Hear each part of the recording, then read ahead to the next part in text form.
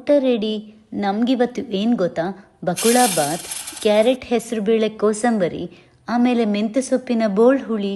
ನಿಮಗೀಗ share ಮಾಡೋದು ಮೆಂತ್ಯ ಸೊಪ್ಪಿನ ಬೋಳ್ ಹುಳಿ ರೆಸಿಪಿ. ನಮಗಿದು ತುಂಬ ಇಷ್ಟ. ನಮ್ಮಲ್ಲಿದು ಭಾರಿ ಫೇಮಸ್.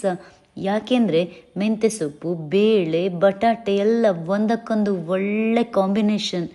ತಿನ್ನುವಾಗ ಮೆಂತ್ಯ ಸೊಪ್ಪಿನ ಪರಿಮಳ ಬಂದು ಖುಷಿಯಾಗ್ತದೆ. ರೆಸಿಪಿ ಕ್ಯಾಪ್ಷನಲ್ಲುಂಟು. ಮೆಂತ್ಯ ಸೊಪ್ಪನ್ನು ಪವರ್ ಹೌಸ್ ಅಂತಲೇ ಹೇಳ್ಬೋದು. ಯಾಕೆ ಗೊತ್ತಾ, ಇದರಲ್ಲಿ ಕಬ್ಬಿಣದಂಶ ಇರೋದ್ರಿಂದ ಹಿಮೋಗ್ಲೋಬಿನ್ ಹೆಚ್ಚಾಗಿ ನಮಗೆ ಶಕ್ತಿ ಸಿಗ್ತದೆ.